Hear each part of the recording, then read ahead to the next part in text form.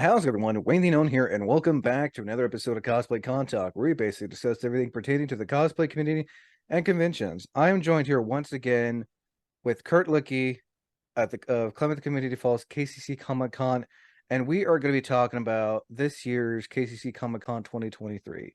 How are we doing, Kurt? Well, I thought it was coming on Space Ghost Coast to Coast. I'm sorry if I Yeah, this ain't. I mean, I don't okay. have the outfit. I am not on the ship. This is in the 90s. I mean, that as much as he would be fun to cosplay or Tom from Toonami. I mean, both are my favorite growing up as a kid. Um, so yeah, KCC Comic Con 2023. I know there were some minor issues with tech issues and the heat, but I will say, with even with those issues, I still think you know you guys still gave it your all. You did what you did what you did the best you could to combat the heat and the issues, and I think it turned out pretty well. Well, thank you. This was the second year that we did this. Last year, we started on kind of a fluke, just out of a conversation that I had with our school president at Klamath Community College, who said, we have this campus that we're constantly expanding. We sit right at the intersection of two major highways, and no one ever stops on our campus and sees what we offer. How do we change that? I said, we need to do a Comic-Con. President said, "What's a Comic Con?" Said, give me a budget and some trust, and I guarantee a big crowd on campus. So last year we had about 2,000 people. This year we wanted to make it bigger and better, learning the lessons that we learned from last year's mistakes, and trying to put on the best possible event for the community that we could, and making it entirely free, just like we did last year too. I know not a lot of Comic Cons do that, but for us, since we hold it at a community college, I'm an employee of the college. We want to use it as a showcase of our facilities, while also having a big, giant, fun, free community event that anyone can come out to and enjoy. We had twice the number of vendors that we did this year that we had last year. We had twice the number of food trucks. We had more activities. We swung big. Unfortunately, we also ended up doing it on the hottest day of the year when it was 105 degrees. So every issue that we had, and I'm not saying that everything was caused by the heat, but everything was complicated Well, I mean, when it comes to and, human and technology, amplified by the fact that we had triple digits heat at this event. Thankfully, we planned for that with some contingencies. Once we saw the weather forecast, we thought, okay, we need to. you got those walkthrough misters that usually see at fairs, Yep. which I thought was a nice thing to have. Yeah, so we actually had to rig up a couple of things, and huge credit to the facilities team at Klamath Community College, because the day before the event, we went out and bought some of those pre-made misters that you can find like Home Depot and other places, and they clogged immediately. They wouldn't work because we're on irrigation water. And so the facilities crew managed to make those from scratch. Wait, They they made rigged up those? some hoses and made some misting tents. On top of that, we rented a large cooler, and we bought 75 bags of 20-pound bags of ice. Oh, and that water went by fast. I think I passed by Yeah. that thing quite a few times just to get water. And we bought, or I bought, I swung by a big box store and bought an entire pallet of bottled water. And somehow managed to fit 1,600 bottles of water into my car. It was basically riding on the rims all the way back to campus. And But those things went by fast because yeah, you're right. You had it right by the vendor's hall. we had it's 105-degree heat, and we also had a big box of KCC cooling towels that we were giving out to people. So Oh yeah, I we saw those.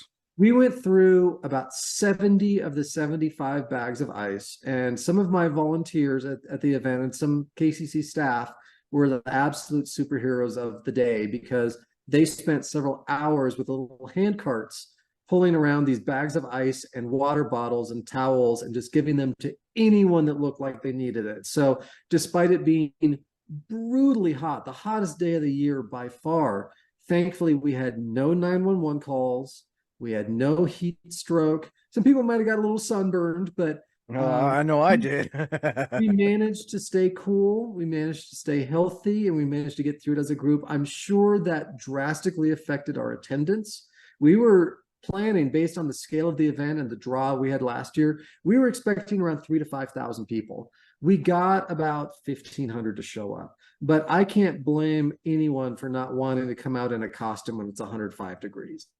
We did everything we could to try to keep people safe and healthy and handed out an entire pallet of water, an entire cooler of ice, and setting up cooling stations and misters and everything that we could do. But I fully recognize that when it's that brutally hot and we're doing an event outside, not everyone's gonna be able. I'm sure tons of people were like, I wanted to come, but I can't.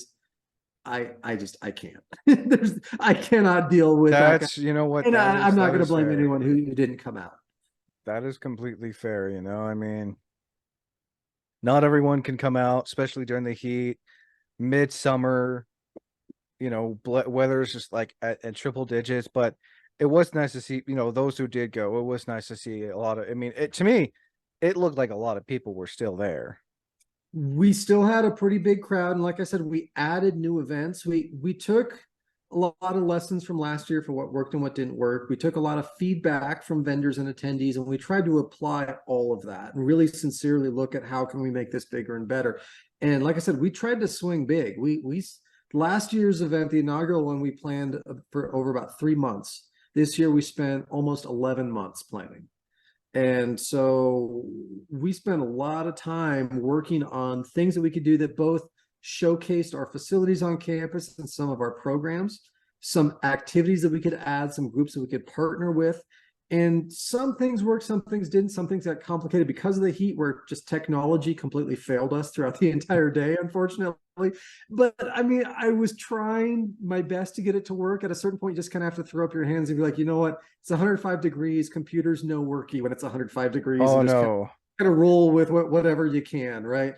But some of the things that we added, there's a great woodcrafters master craftsman group here in Klamath that we partnered with, and they made superhero wooden jigsaw puzzle kits that allowed kids to come in and cut out their own jigsaw puzzle and stencil on their favorite superhero logo. So that was That's happening cool. in the brand new apprenticeship center building next to our face painting area. And they went through about 150 of those puzzle kits. And also a bunch of people also made birdhouse and other things. And we heard nothing but positive feedback from that. People loved that. A great little thing. One of my coworkers said that he brought his kid out to it and he still makes his puzzle every single day. So that was obviously a huge hit. We added a lot more vendors this year. We had a comic book exhibit. Oh, yeah, you guys had like 60 plus library. vendors this year. Yeah. So last year we had about 32 vendors. This year we had 57. So we ran out of space in our vendor floor. And we had to come outside, Oh, I saw. I kept to like going back in there every so often. Some of them were not happy they had to be outside when it's 105 degrees. But again, I was doing my best to accommodate everyone that I could who wanted to be a part of it, trying to make it really big. Some other things that we added, we had talked a lot about, well, what if we brought in a live band and had some live music? And some people were like, I don't know, it's not really the right setting for that. But I thought, well, you know what? We have this whole window between when we do our big cosplay costume contest, which was a huge hit last year, and I think it was a huge hit again this year. There's got to be time for the judges to, tally their scores. And do I just stand up there and BS for 20 minutes and look over them and say, are you done yet? Are you done yet? Are you done? Are you ready? Or do we find something to kind of fill in the gap? And I said, and so there's this amazing local Klamath Falls band called Owls and Aliens. They're right now on a national US tour. They've been traveling all over the country. They've been playing major festivals. I give it a year before they sign a record deal. And I worked in the music industry for years, so I know quality talent. Even they may be Klamath Falls, but we have a damn good band here. And they're kind of harder edge rock stuff. I wouldn't call them metal, but definitely harder edge. And so I went over and talked to them, and they agreed, sure, we'll play the gig, but we're not really a covers band, dude. Like we're past that. Not a lot of bands would do that. And I said, look, it's a Comic Con. It's going to be silly. It's going to be weird, and that's the whole point. Is that you don't have to take yourself so seriously. Be a little lighthearted, have some fun, let your hair down, and be willing to just be weird. That's the whole point of a Comic-Con is you can come as you are, you can come as weird as you want. No one's going to judge you. It's all positive, it's all upbeat, it's family friendly fun. And it took a couple conversations with them, but eventually they agreed, let's do live band karaoke.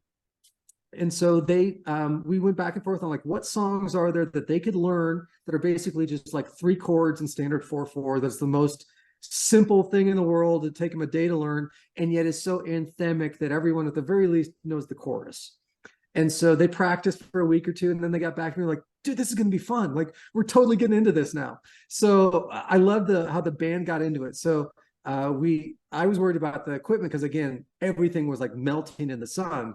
Oh yeah, I know for a hot minute, pun intended, Yeah. the mics were like not really working well. Yeah, so we were having some tech issues. Again, the heat was complicating everything. But I'll tell you, when we got through our costume contest, which had its own heat related issues because the cameras overheated and we couldn't display the photos of Oh, people who would come early. But again, we made it work the best that we could, right?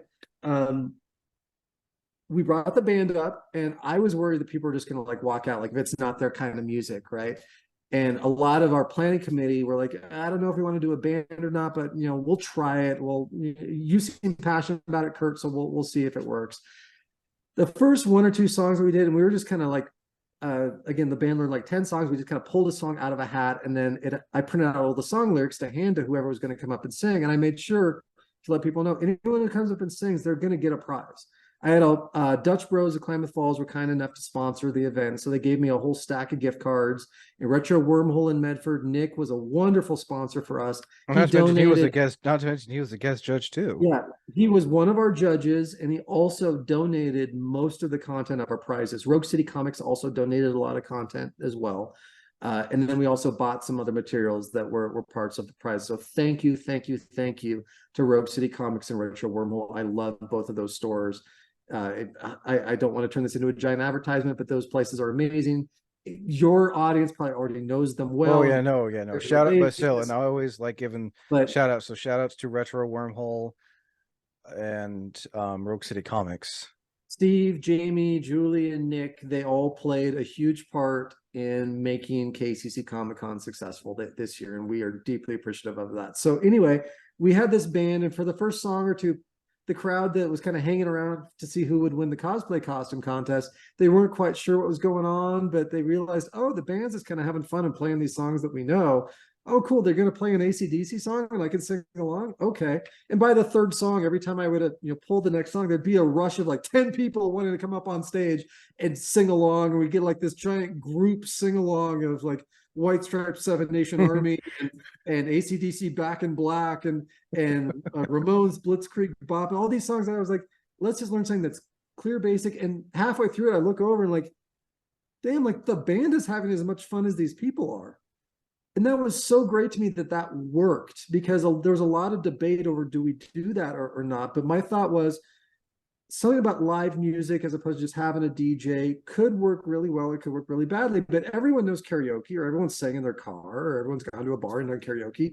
But how many people have gotten to do it with a 5-piece rock band backing you up? Like, that's cool. And if we can get the band to be silly and not take themselves so seriously and just have fun with it, and we give out prizes, that could be a really fun addendum to the costume contest. And I'll tell you, that was like the highlight of the entire thing for me. One, the fact that for once during the entire day, things actually worked, because I was running around like crazy trying to make anything work. But also, people were genuinely having fun. And it was 3-year-old kids coming up and singing. I saw like a bunch of like kids, 50-year-olds. adults were just coming And up they on were stage all having a good sharing time. microphones and singing along, and they were making sure that the little kids could sing too. I'm like, we will rock you. Let's lower down the mic so the little kid can sing along. Everyone was having a blast. It was family friendly. It was fun. The band was having fun too. We even let them pick one of our category winners for best singer. And we had a whole separate prize just for that. Oh yeah, you guys had like the big posters. The posters were donated by Retro Wormhole, so that for each song, we gave Dutch Bros gift cards to every single person who came up and sang, and then just judging on who kind of, and they didn't have to be best singer in terms of like voice talent, but just in terms of who kind of like really brought the funk, brought some energy to it. I was like, okay, yeah, you get grab a poster, and so we handed out a bunch of these cool posters that Nick was kind enough to donate for the event. So I thought that. I mean, people love the puzzles and some other things that we added to the event. We expanded some of our tours on campus and some of our facilities, and more vendors and all that. And obviously the heat, we had laser tag, we had a Nerf gun war. We had some really fun things going on. But to me, the highlight of the entire event was the live band karaoke. And it was wonderful also to see that after they finished that and after we handed out the prizes, I let the band play a set of their own music, and people stuck around. I thought that might, people who aren't into that kind of music, they might leave at that point. There was still a huge crowd that sat around and listened, and was really into the band. And I remember, and I know I'm rambling here, but at the very end of the night, I went and quickly grabbed some food from one of the food trucks, because I had like an apple at 5 a.m. and like that was the only thing I'd had all day long, because I was just running around frantic. So I went and got some food and kind of sat down over by the entrance. I was kind of waving goodbye to people as they left, as the band finished, saying, "Hey, thanks for coming." And there was a group of like 3 or 4 people after the band finished. They walked over and they got into their car, and their car was parked kind of relatively close. And I saw through the window, they were kind of fumbling around with their phone, and they turned on Owls and Aliens music, and they were blasting in their car. They had no idea who this band was prior to that event, and they became fans. So I went and told the band that. The band all gave me huge hugs, like, "Dude, that's awesome." So the fact that they came away being fans of the band, like that was a win for the band, as well as it was a win for our event too. So that was wonderful. Nice. So real quick to wrap it up here, I know we were kind of briefly talking about it before recording. Yeah. What is the future for KCC Comic Con? Yeah. So this, I can't blame the heat, though I can certainly complain about the heat, right? So we didn't get the crowd that we thought that we would. And we lost a lot of money on the event, And that unfortunately. usually tends to happen with a lot of cons too, especially the Yeah, smaller ones. yeah. And it was also an event that, this was a huge passion of mine. I was the one who brought up the idea, so I was the one in charge of it. We had a whole planning committee that worked on the event and put in a lot of work and effort. So no way was it just me. Like, it was a group effort. We had a lot of volunteers, a lot of sponsors, a lot of people actively involved. But ultimately, when you're in charge of things and you're the one organizing it, the buck falls on you, right? So I worked 18 to 20-hour days for like a week or two, 7 days a week in the lead up to the event. At the day of, I think I actually broke my Fitbit the day of, because about 8 or 9 a.m., I was already at 40,000 steps. And then when I got home, a little before midnight, I looked at my watch again, and I was at 32,000 steps, which Jeez. means that either I went back in time, or I discovered that Fitbits don't go into 100,000 numbers. So I walked 132,000 steps in rubber swamp boots, because those who were there, or maybe you can put up a photo, know that my costume for the event was I was a Spaceball. And Yeah. the costume in watching the film necessitated having white boots, and so I bought white boots. So not the best thing to walk around if you're going to put in 132,000 Oh steps man, no. And with the heat, in a I'm day, surprised your boots didn't melt with the heat. and in 105-degree heat on top of that. I was so in the moment of just trying to get things done, I really didn't notice until I tried to wake up Sunday morning after the Comic Con, and my legs, as soon as I rolled out of bed to go to the bathroom, were like, hell no, and I pretty much collapsed on the floor. Oh Yeah, no. I was walking around like I don't mean to like laugh, but like for cons the can next like day or two after the Comic Con, like I looked like an old man that needed a walker. Like I could coming barely. from someone who's done like big cons where you're doing like a lot of walking around, Yeah, I can say like when you're done, you're just like you don't want to do anything. You just want to go straight to your bed, your yeah. hotel room, and just pass out. So I don't blame you for. So I'm incredibly proud of the 2 Comic Cons that we've done at KCC, because of the overwhelmingly positive feedback that we've gotten from vendors. Have said that they've loved our event, and word of mouth obviously spread from the first year, because not only did we get all of our vendors back, or almost all of them from the first year, but then they told all their buddies and said, "Dude, you have to go to Klamath. They take such great care of you. It's an awesome event. You have to be there." And so we got all these people that wanted to be a part of it. I'm thoroughly convinced that had it not been 105 degrees, we would have had maybe upwards of 5,000 people there, and things would have gone great if we had a 80-degree and nice breeze day. But we didn't. We had a 105-degree day, and it contributed to everything. We lost a lot of money on the event, and KCC has decided that even though it's a really wonderful event and the crowds are great and it's a great showcase of our campus, the amount of time and effort and resources and my own sanity, my own health, because not sleeping for like 2 weeks and working like 20 hours a day is not necessarily a great thing for you. Oh no. Klamath Community College has decided that we are discontinuing KCC Comic Con. So I hope that people enjoyed it for the first 2 years. However, Klamath Comic Con may not be dead. KCC still wants to be able to support an event like this because thankfully the administrators that first allowed me to do this also got to see firsthand how important this event is for the community. You know, having a free Comic-Con, and I know they're rare, but having Well, a free they are far few in between. meant that low-income families could come out and do an event where families in the Klamath area that may be living hand to mouth and kids are saying, can we go to a movie or can we go do something? The parents are saying, no, we don't have any money. They can come to KCC Comic Con and they can have a fun day. And there's activities that everyone can be involved with. And it can be a wonderful, upbeat, positive event. And also just the way that it raises self-esteem for a lot of the socially outcast kids. You know, here, if you play sports, you're fine. If you don't play sports in Klamath, there's not a lot of things for you to do. Yeah. And so there's a lot of kids that feel really isolated and really outcasts here in Klamath that trying to discover, you know, being a teenager these days is so difficult anyway. But then having this event where they can show up just as they are, or they can come as weird as they want, dressed up in crazy costumes, and no one's going to judge them. Everyone's going to be super positive and upbeat and friendly. That's important to our community. That's really, really important. And so I'm working hard to try to form a community partnership. And thank you for giving me the time to talk about this because I would love to have more people actively involved. Oh, of course. I'm glad to help spread the word. We've talked to Oregon Tech, we've talked to the Klamath Libraries, we've talked to the travel organizations, we've talked to our local Star Wars cosplay group. We've talked to World of Archive, which provided our laser tag game. For those of you who attended, that was World of Archive. We've talked to a bunch of different groups, and at some point here soon, we're going to have an initial sit down to just simply discuss, is it feasible? Is it possible that we could establish a neutral site, Klamath Comic Con somewhere? Maybe it's still at KCC.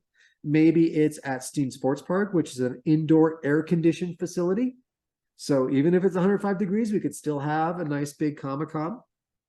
So sometime in the next couple of weeks, I'm planning to oversee a collection of different representatives from different organizations to have a sit down and talk about, is it even feasible? Is it even possible? Because KCC is not going to front the bill entirely going forward, but we can still be a major contributor to partner with the library and travel groups and tourism organizations and see if we can put on a nice quality Comic-Con that carries on the spirit of what we've done at Klamath Community College. I think that's honestly doable.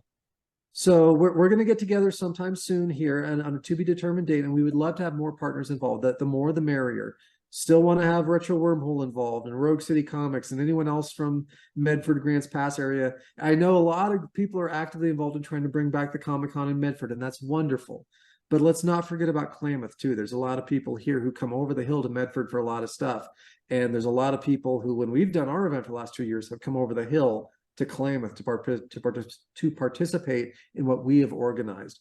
We would love to be able to continue putting on a Comic-Con here. And I think a lot of people have seen what's possible here in Klamath after the last 2 years for what we've done at KCC and recognize how important it is just as something to help out kids, to help out the local community, to just have a positive, upbeat event for our communities. It's really important.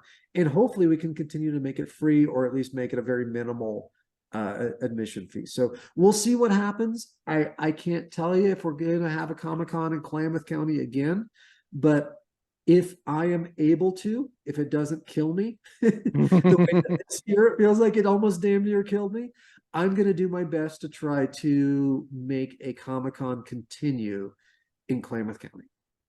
Now, for those who want to be interested in making this happen, is there a way they can reach out to you, follow, subscribe to whatever? Yeah. If you want to drop that and let people know where they can find information on that. Yeah, absolutely. So unfortunately, I have a really difficult to spell last name. So no matter what I give you, it's going to be a struggle. I've always been envious of people named Smith. It's like, come on, like I've been dealing with this my entire life. So my last name is Lidke. And so my email address, if people want to get in touch and be involved in this, is lidke@klamathcc.edu. So that's LIED, like lied, LIEDTKE at Klamath, KLAMATHCC for community college.edu. Lidkey at klamathcc.edu. So if you've loved KCC Comic Con and you want to see an event like that continue again in the future in this area, even if you're out of the area, but you came over the hill, even if you never came to our event over the last couple of years, but you're a huge supporter of Comic Cons and you want to see a really great community event, and you can either contribute financially or maybe with a sponsorship, or you can donate something, or you can even just volunteer to help out in some way. We would love to have as many people involved in this to see if this is something that we can continue for the community, because we've seen how important this is to local families, to local students, and to the general community, to have a fun, positive event that people can come to where there's no judgment, there's no problems, there's no issues, there's no you're this or that. It's just all upbeat, and we need more of that. No, I wholeheartedly agree. And I would love to see, I mean, there's a lot, there's a lot of cons here in Oregon, but there's not really a whole lot of like small cons. And I think, because I think you were telling me that there used to be a convention in Klamath called Klamath Comic Con, Right. but they So stopped and they basically technically passed it on to you guys. yeah, so Oregon Tech University here holds one every January called TechCon, but that's really just for students. It is open to the public, but they really don't have parking and they don't have a good space to host something like that. So a few people from the community come out, but it's mostly just for students on an extended 3-day weekend to go have some fun. And that's wonderful. That's great. I wholeheartedly support them. They've supported our event. I always volunteer at theirs. I'm not downplaying that at all, but Oregon Tech has some issues with its parking and just its location, where it's not ideal to hold a big giant public event. So KCC's campus being a little bit more open space wise, having a nice big parking lot, it worked a lot better for our event. And for several years as well, the Klamath County Libraries hosted a Comic-Con in October. And that event kind of got too big for them to deal with. I know the same sort of thing happened in Medford, right? The rogue libraries were the ones that were Yeah, organized. and just with And COVID and everything. it got too big, it got too involved, it got to be too much, and they just said Oh enough. no, when these small cons start like growing, you're like, oh crap, we gotta do something, because they're not expecting it to gain so much traction. And I think, Yeah. I I've volunteered at one of the one or two of the ones in Medford before the pandemic, where I brought out my video game collection and basically took over an entire wing of the RCC and just set up all of my game systems chronologically. I used to work in the video game industry. I own about 90 video game I consoles. saw, like, when I was, doing a quick little showcasing of the game, I was like, I haven't seen that in a long time. I don't know what that is, but that looks cool. I can't believe you have one of those. I have some pretty weird stuff. So I bought my first game console in 1985 and I've been collecting ever since. So at this point, if it's mainstream, I guarantee you I have it. I'm to the let me find the ultra obscure thing. So you're talking about larger cons. I've been to like Rose City and whatnot, but also every single year I go to Portland Retro Gaming Expo. I'm That's on my list for later down the Yeah. road. So that's October of every year in Portland at the convention center, right over by the Moda Center. I'm friends with the people who organize it. I go every year. And while everyone is clamoring to buy classic NES or Sega or N64, I always end up going there and going up to the one vendor that no one's talking to, who has the ultra weird, ultra obscure thing, where I'm like, out of these thousands of people, I'm the only one there who even knows what the hell it is that's on their table, and it's marked like $500. So everyone's like, "Ooh, no, well, I don't even know what that is." I'm like, "You have one. I'm You're at sure. my collection. That is mine." And so at this point, I need to do a current inventory, but it's around 90 game systems that I own. I have a tool shed that's nothing but TV sets, so that when I do one of these, every single game system Hmm. has its own TV. And Uh, I would love to see you bring that back for, if Klamath does have an official con. mhm. And I feel like a much bigger building would definitely be needed, because people who have previously gone to this year and last year's KCC Comic Con would go to that. You go to new people, and I'd be more than happy myself to have them, whoever runs it, come on to do a convention discussion to talk about it, to let people know about it, so that people can like, I want to go to that con, or that's an interesting con. Let me check it out, you know. And I know a fair amount of cosplayers from here to California, up in Washington, who would probably be willing to check it out. So it's definitely a highlight of any time that I've done events. I also sometimes bring out specialty things like our library at KCC always does a May the 4th Star Wars themed thing. So I'll bring out game systems for students to play that are just running Star Wars games. Or when there's like a big car show here in Klamath, sometimes I've brought out just like racing wheel games. So I can do a couple of systems if it's themed for an event, or I can bring out the entire collection. Just know if I bring the entire collection, it's usually probably several days to set up and get everything working just right. It's a huge undertaking to transport and set up and tear down and transport back. But you know, I've spent years, so much of my life compiling this collection. It's like an interactive museum. You know, think of like a children's museum where kids are encouraged to touch, see, feel everything. That's the way I kind of treat it. So before the pandemic, I used to do a monthly retro video game night here in Klamath where I'd bring out 10 or 15 systems. We would just come out and play whatever. Sometimes if people ask me and there's an event going on that fits in with the theme of the event where they want some game systems, I'm always happy to bring some stuff out. And for the Medford Comic Con, before it got shut down when the pandemic hit, at least one year, I think maybe a couple years, I brought out some of my collection for people to experience, and just took over a wing of the community college that sits next to the library and basically just set up everything. And I try to do it in chronological order. So you can walk into the room and see the very early days of video games, and it's just a couple dots on the screen, and you can work your way year by year all up until it's present day, and basically it's like you're playing a Pixar movie. I love that it shows that games are multi-generational, because little kids can come in, sit down and play something from 1975 and still have fun. And so they sit, you walk in the room and you see all those systems set up in order, suddenly you get it. You know, you recognize, you can see the whole evolution of it. And it's not just a museum, but I want you, when I've set that stuff up, I want you to come sit down and play. And the one thing that frustrates me about it is every single time that I have done a con or an event, and I've got all these super rare things set up that they'll never see again. For the most part, people ignore it, and they walk to the system that they owned as a kid, and they pull up the game that they already own at home that they played 1,000 times over. Why would you sit down and play Super Mario Brothers or Duck Hunt that you've played 1,000 times over, when I've got all these games and all these systems you will never see again? You will never get to play again. And all they want to do is what they've already played. It's like you go to France and you go to McDonald's at France. Like, why not experience actual French food? But no, I'm going to get a hamburger in France. I don't get the mindset on that. Like and maybe it's just because I know all these systems. I know it can be intimidating. Like, what's that? What's that? What's that? I have no idea what that is. Oh, cool. I had that when I was a kid. I'll sit down and play that. I get that mindset, but why would that be the only thing that you play? I couldn't tell you.